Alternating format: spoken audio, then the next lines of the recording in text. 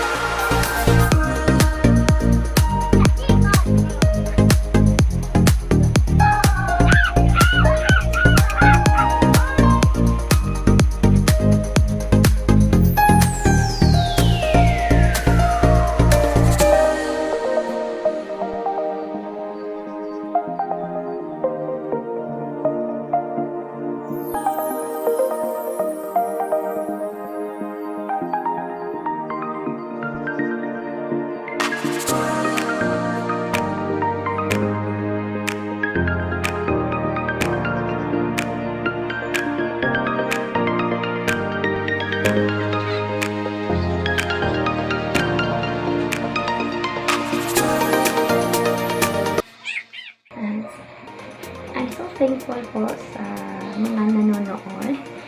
And sana po kayo ay may natututunan sa video na ito. And please subscribe para naman po ma-update kayo sa susunod kong videos. And also, I wanna say thank you to all my subscribers na nag-subscribe sa channel ko.